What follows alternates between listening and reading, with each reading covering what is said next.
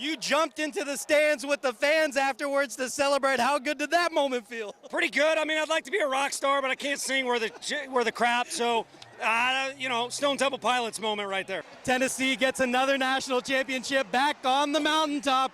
How does Peyton Manning feel about it? Extremely excited. We're out here at Fan Fest outside of Charles Schwab Field in Omaha. Tennessee getting ready for the College World Series. I'm fielding some grounders. You're gonna see how I did in the home run challenge. It wasn't great. It's coming up, baby. You know what this meant to Zakai on Selection Sunday because all of his teammates turned right to him and looked at him because they knew that he'd be playing his half-brother Armani in this first-round matchup. The best coach of all time, and I say that not even arguably, has stepped down and is retiring from college football. Saban with a legendary career that included 7 national titles. In Knox County this week, it was pretty much like an NSYNC song. With how many teams were on bye, you go bye, bye, bye, bye, bye. I can't give away my secrets, you know? I wish he shared those secrets of Connect 4 and shooting, well, because... You started off. Let's see how bad I am at this. Terrible. My alma mater of Syracuse, they lost on the first day of the tournament to Tennessee. Your alma mater of Kansas won. Robin's alma mater of North Carolina plays the Vols next week, and then they play Todd's alma mater of Georgia this season. Okay. What is this? What is this here? It's crazy. So 1-1 so far. My team took the L. I'll take it. I'll wear that on my chest. Former Tennessee football head coach Philip Fulmer loves the great outdoors. He had a good friend who knew this about him back in '98 and gave him a gift, a walking stick. It was given to him right before a practice. I just walked on out to practice with it, and the guys were stretching and throwing balls and getting ready to start practice. And I said, hey guys, what do you think of my new walking stick? Isn't it pretty?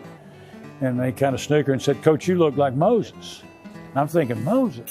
An old bend-over man, with a walking stick. And I said, yeah, let's take this stick back in, and then we kind of forgot about it. Fulmer was looking for a way to spark his team to play better. When he went home that night, he thought about how the team poked some fun at him about being Moses. And then an idea came to him. I was thinking about that night, I said, walking stick.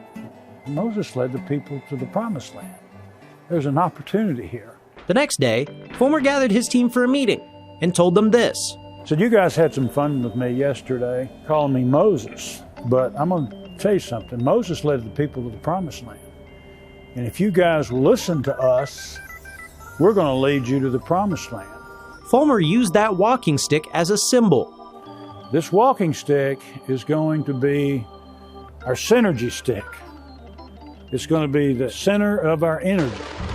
Now I'm starting to think, how corny is this, as I'm talking to them. The coach told the team that they had to keep it a secret from everyone outside of the locker room. This is just us. I'm going to lead you guys to the promised land.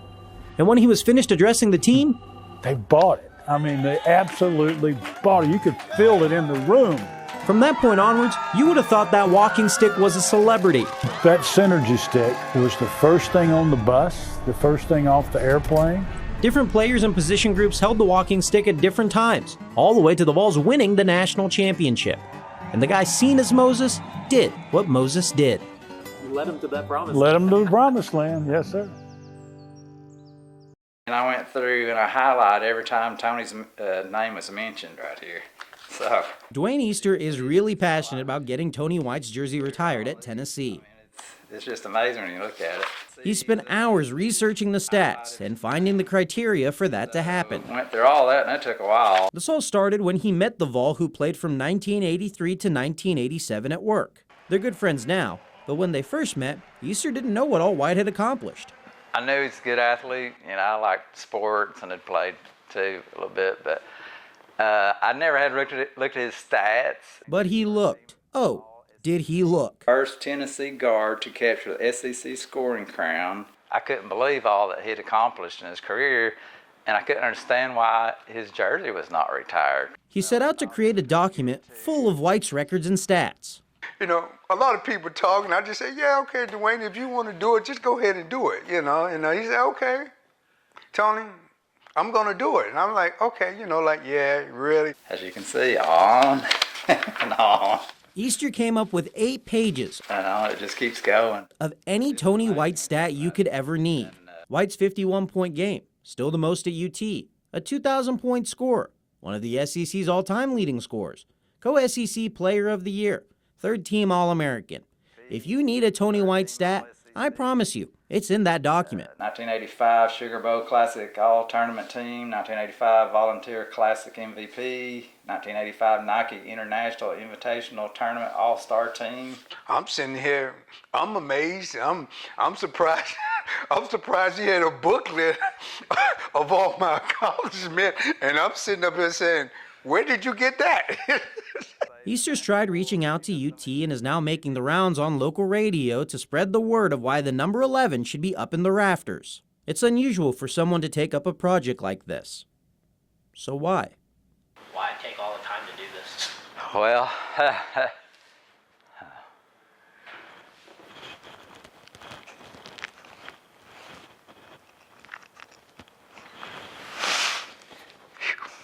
sorry. Easter was diagnosed with a rare appendix cancer in 2022. The doctor said if the chemotherapy didn't work, he would only have 3 months to live. I thought I was healthy as a horse when I retired. And like that, your life can change in an instant. But as the months passed, Easter did not. And through it all, his friend White has been there for him. The VFL went through his own battle with cancer. And earlier this month, celebrated being cancer-free for 5 years. What I just try to do is to be positive with him and tell him, you know, I'm a walking miracle. God works miracles. So, you know, just keep your faith and stay strong.